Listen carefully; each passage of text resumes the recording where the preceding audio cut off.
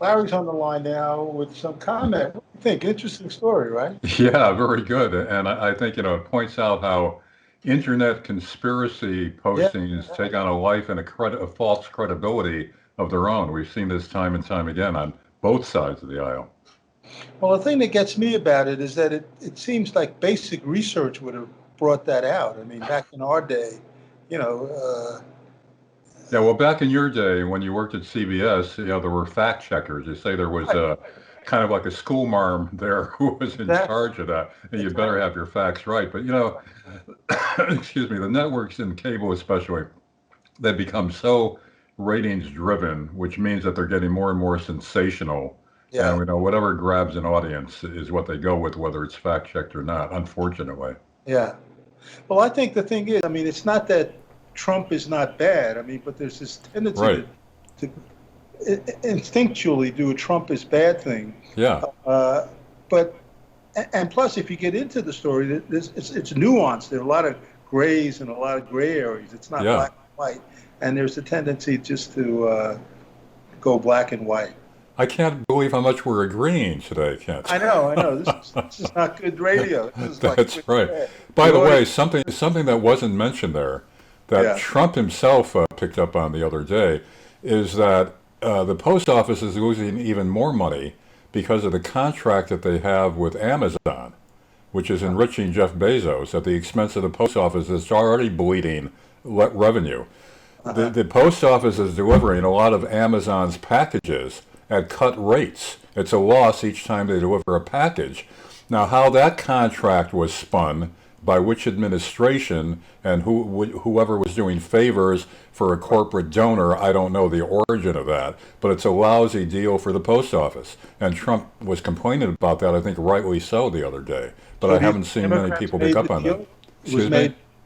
Did Democrats make that deal with Bezos or I don't know. I mean, I think it's been in there for a while. I yeah, think it's before Trump took office, but I'm not sure. yeah, It was sold as a way of saving the post office by giving them more packages to deliver, but they're delivering each package at a loss.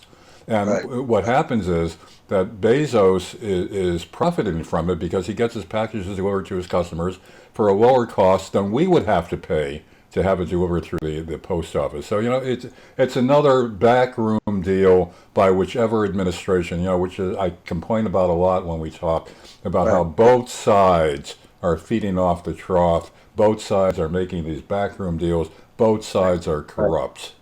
Right, I agree. Well, listen, since I have you here, what are you thinking about the day two of the Democratic National Convention? It, I wa- thought that roll call was kind of nice last night. I I mean, like that. I enjoyed it like because that. you could see people in their localities, you had backgrounds Right, demonstrating the environments of the different states. Yeah, I thought that was right, a high point of it. right, Yeah. right. And so, I mean, I don't think we'll ever go back to those big drunken sort of convention things. That's what I'm thinking because they were already losing ratings Yeah, in the yeah, past decade because people what's the big deal? A bunch of old politicians and streamers and all that and yeah, very hokey.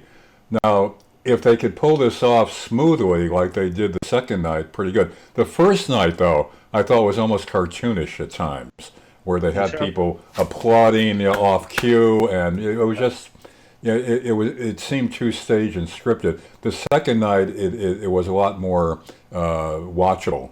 So I Yeah, don't know what we're going to have tonight. But yeah, it's an interesting point that now that they're using this, all the conventions could be, even though people may be there physically in a location, if the virus passes, they'll yeah, still integrate it with all these pre-recorded bits. yeah, And yeah. yeah, it'd be much more watchable. Yeah. Yeah.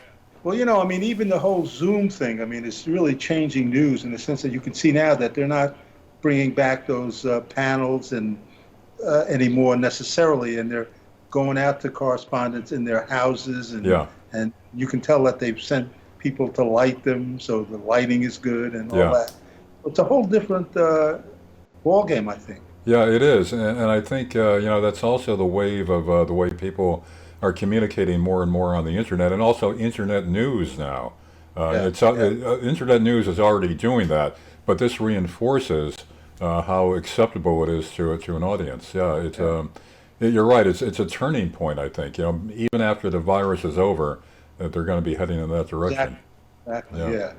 All right, sir. Well, we'll talk tomorrow. Talk to you later. Let's see if we agree tomorrow, like Yeah, we were we agreeing gotta today. stop agreeing. This is a rare instance.